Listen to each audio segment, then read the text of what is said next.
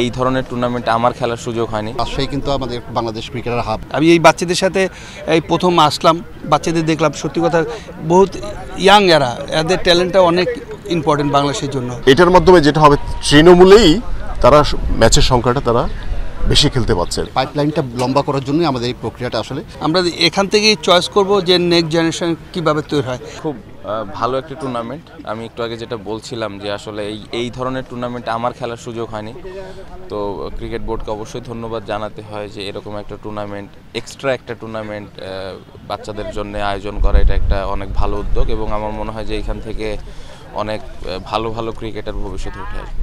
আমি মনে করব যে শুধু আমরা একটা দিক দেয় না, আমরা তিনটা সাইডই দেখব, ব্যাটিং, বোলিং, ফিল্ডিং। আমরা এখান থেকেই চয়েস করব যে নেক্সট জেনারেশন কীভাবে তৈরি হয়।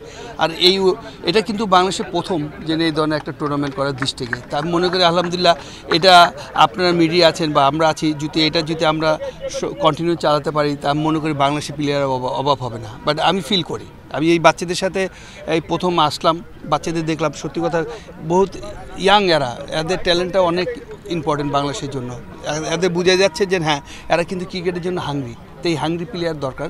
তা আমি এদের ভিতরে অনেক কিছু দেখতে পারতেছি যে হ্যাঁ, ভবিষ্যতে এরা কিছু দিতে পারবে দেশকে। তা আমি মনে করি যদি পিসিবি এই ধরনের উদ্যোগটা আপনার সারা বছরটা রাখে, প্রত্যেকটা ডিস্ট্রিক্টে যদি এই ধরনের ফ্যাসিলিটি দেয়, বা ডিস্ট্রিক্টে যেসব কোচগুলো আছে, এটি ঢাকা যে এদের কোচিং দিল, বা ঢাকাতে আবার অনেক কোচগুলো এসে এদের সাথে যদি কাজ করে, তা আমি মনে করি বাই বাই ডে প্রত্যেকটা ডিস্ট্রিক্টের এই স্পোর্টসটা ডেভেলপ হবে, এই ক্রিকেটটা। আর বাচ্চাদের যেই ফ্যাসিলিটি যদি বিসিবি একটু ফ্যাসিলিটি দেয়, বা আমরা এখান থেকে কিছু চয়েস করলাম প্লেয়ার, এদের যদি বিসিবি কিছু বেতন দেয়, যে এই প্লেয়ারগুলো মোটামুটি দেশকে দিতে পারবে, তা আমি মনে করি যে এদের অনেক কিছু আগ্রহ থাকবে, এই বাচ্চারা দেখবেন অনেক উৎসাহ পাবে। প্রথমত এই টুর্নামেন্টটা করা হচ্ছে আন্ডার-16, আন্ডার-18 কম্বিনেশন।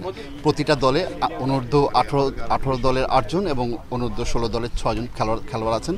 আমাদের পরিকল্পনাটা হচ্ছে যে পাইপলাইনে আমাদের প্লেয়ারের সংখ্যা বাড়ানোর জন্য, কোয়ালিটি সম্পন্ন প্লেয়ারের সংখ্যা বাড়ানোর জন্য আমরা এই টুর্নামেন্টের আয়োজন। এবং পাশাপাশি একটি জিনিস মাথায় রাখতে হবে, টুর্নামেন্ট খেলার পরে যারা অনূর্ধ্ব 16 খেলেছেন, যারা ভালো করেছেন, তারা অনূর্ধ্ব 17 জাতীয় দলের ক্যাম্পে চলে গেছেন। অনূর্ধ্ব 18 যারা খেলেছেন, অনূর্ধ্ব 19 জাতীয় দলের ক্যাম্পে তারা চলে গেছেন। তো এখানে বেশ কিছু খেলোয়াড় যারা পারফরমেন্স করতে পারেনি, তাদের জন্য মূলত এই টুর্নামেন্টটা আয়োজন। তারা যাতে ভালো পারফরমেন্স করতে পারে এবং নিজের পারফরমেন্সকে মেলে ধরতে পারে, এবং তারা এই পারফরমেন্সের মাধ্যমেই আমরা তাদেরকে জাতীয় দলের ক্যাম্পে আবার একটা সুযোগ দিচ্ছি।